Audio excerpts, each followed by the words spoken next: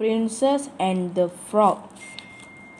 Once upon a time there lived a king who had 7 beautiful daughters. But of all his daughters, the youngest was the most beautiful. This princess had one favorite among all her toys. It was a golden ball. She spent many hours throwing it up into the air and catching it. Near the king's castle was a huge dense forest. Under a big tree on the edge of the forest there was a deep dark pool. On a hot day it was pleasant to rest under the cool shade of the tree by the pool. The princess often went there to play by herself. She used to run about on the grass near the pool, throwing up a golden ball and catching it. One day, however, when the princess threw up a ball, it did not fall into the ostrich hand. It fell onto the grass and bounced into the deep pool with a loud splash.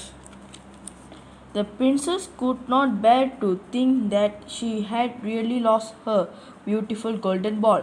She began to cry, and the more she thought about the loss of her favorite toy, the louder she cried. As the princess wept, she heard a voice saying, "Why do you weep, young princess? What is wrong?" The princess looked up to see who was speaking to her.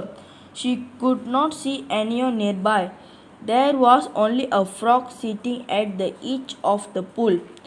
So she said to the frog, "I am crying because my beautiful golden ball has fallen into the deep dark pool." "Do not cry," said the frog. "I can help you to get your ball, but what will you give me if I found it for you?" "I will give you anything you wish for," replied the princess. "You can have my clothes, or my jewels, or even my crown, if only you will find my golden ball." "I do not want your clothes, or your jewels, or even your golden crown," replied the frog. "I should like you to love me. I want you to let me be your friend and play with you. I want to sit beside you at the table, eat from your golden plate, and drink from your golden cup. I want to sleep in your bed beside you. If you will promise me these things," went on the frog, "I shall dive down into the deep pool and find your golden ball. Do you promise?" The princess thought that the frog was talking a lot of nonsense. Also, she wanted her golden ball very much. So she said, "Yes, I will promise all that you ask if only you will find my golden ball for me." At these words, the frog dived into the pool. The frog soon came swimming up again with the golden ball in his mouth. He threw the ball onto the grass. The princess was so happy to see her favorite plaything once again. She picked it up and looked it with delight as she threw it into the air and caught it again and again. Then she turned her back on the frog and the pool and ran away toward the forest towards her father's castle. Wait for me, croaked the pool frog. "I can't run as fast as you can." And he hopped along behind trying to catch up with a princess. She did not turn round but just kept on running. The next day, young princess was sitting at dinner with the king. Iscariot and her other princess. As she ate from her little golden plate, the frog found his way into the great hall of the castle. He jumped from step to step up the marble staircase. When he got to the top, he knocked on the door of the dining room. Youngest princess, open the door for me, he cried. The princess ran to the door to see who was calling to her. When she saw that it was the frog, she was afraid.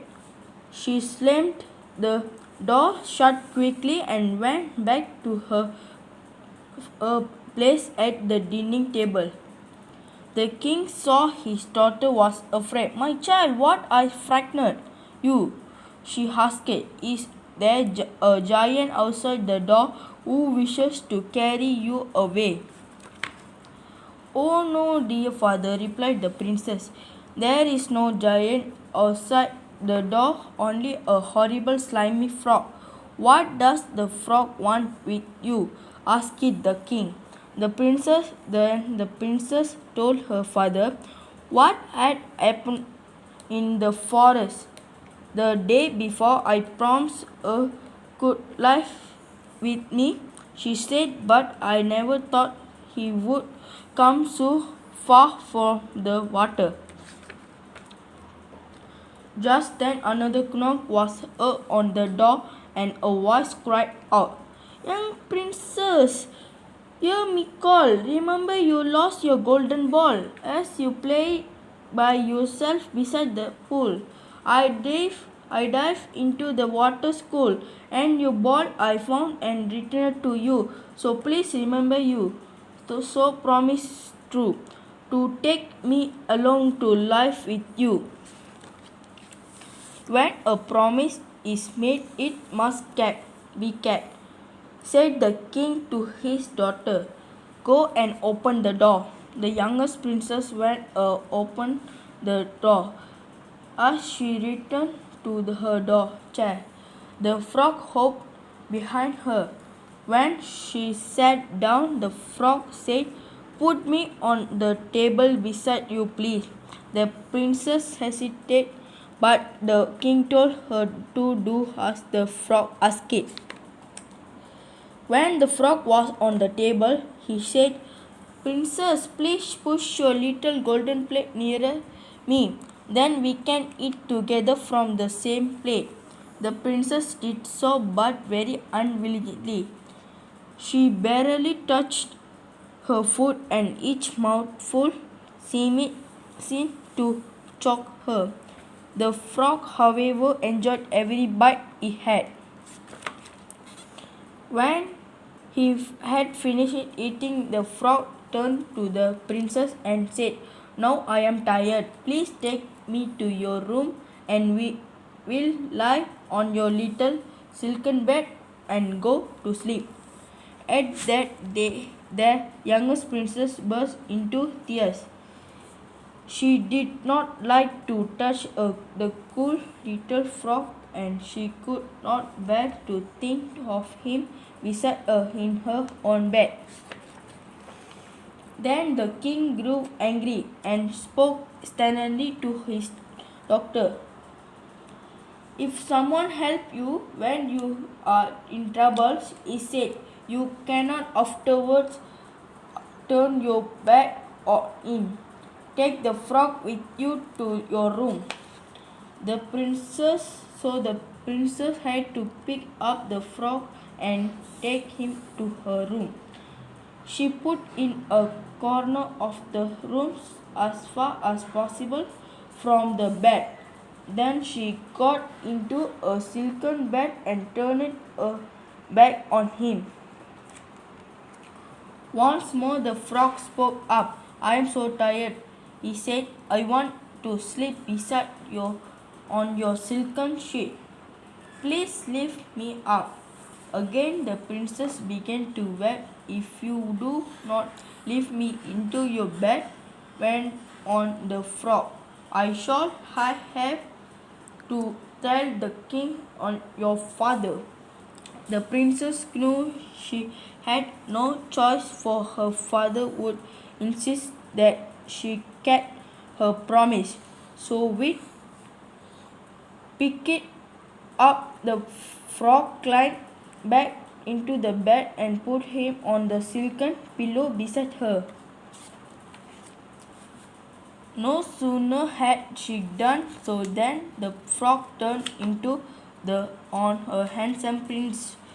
Not only was he handsome, but he had a kind face, and he smiled gently at the startled princess. Then he told her how he had been bewitched by a wicked witch and turned into a frog. The spell could only be broken if a beauty princess would take his frog as a companion and live with him.